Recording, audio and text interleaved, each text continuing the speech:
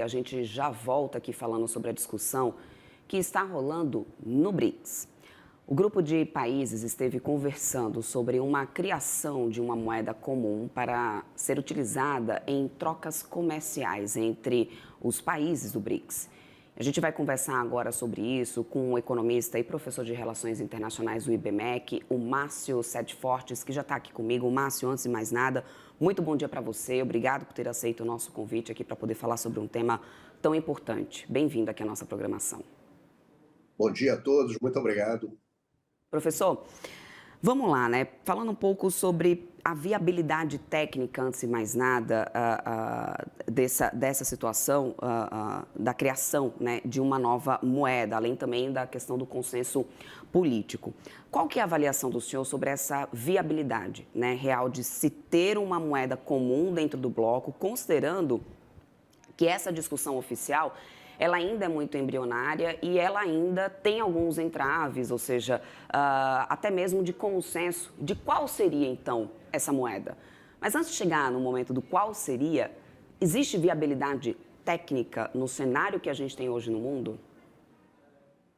Olha, a discussão sobre moeda comum no bloco dos BRICS é uma discussão que não é nova, é uma discussão que surgiu recentemente, durante a cúpula de Joanesburgo.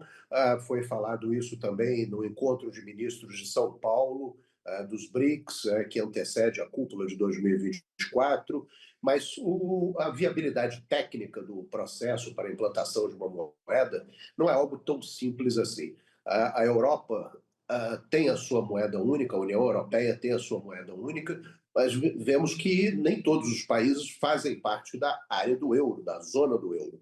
Não é? Por quê? É necessário, antes de haver a implantação da moeda, um conjunto de adaptações das economias para que haja políticas coordenadas, políticas monetárias e macroeconômicas coordenadas, o que não é tão fácil nos BRICS.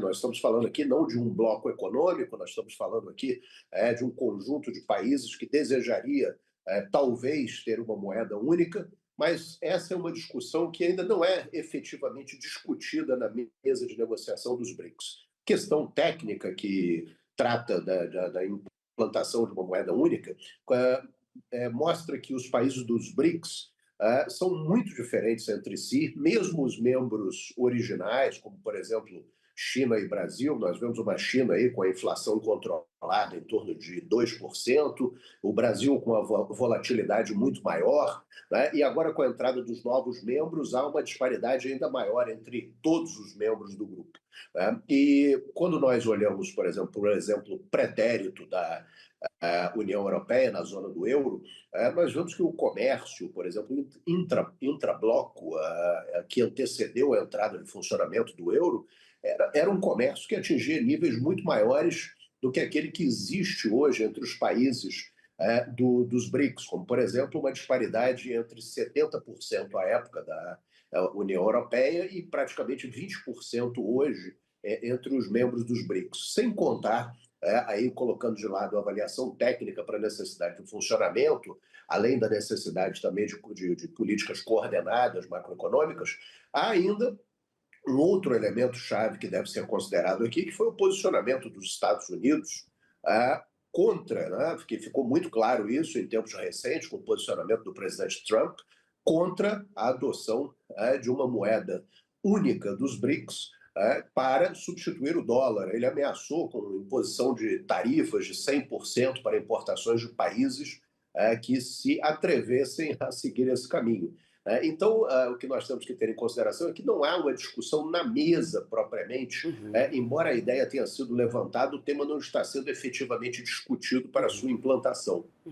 O senhor trouxe, inclusive, aqui o gancho do que seria a minha próxima pergunta, que é a sinalização, realmente, né? O que isso poderia sinalizar antes mesmo da gente ter a efetividade da criação de uma moeda, que acho que é um passo ainda muito largo a ser dado, mas só o fato de colocar na mesa essa discussão, essa pauta oficialmente, qual que seria o recado passado para os Estados Unidos, justamente por causa dessa posição já contrária, declaradamente aberta, de Donald Trump aos países que se atrevessem a adotar esse tipo, né, de pagamento, ou seja, uma moeda única entre blocos. Ele já deixou isso muito claro. Então, qual que seria o recado, qual que seria também o risco nesse momento para os países que formam o bloco? E aí, especialmente, óbvio, o Brasil, que integra o BRICS.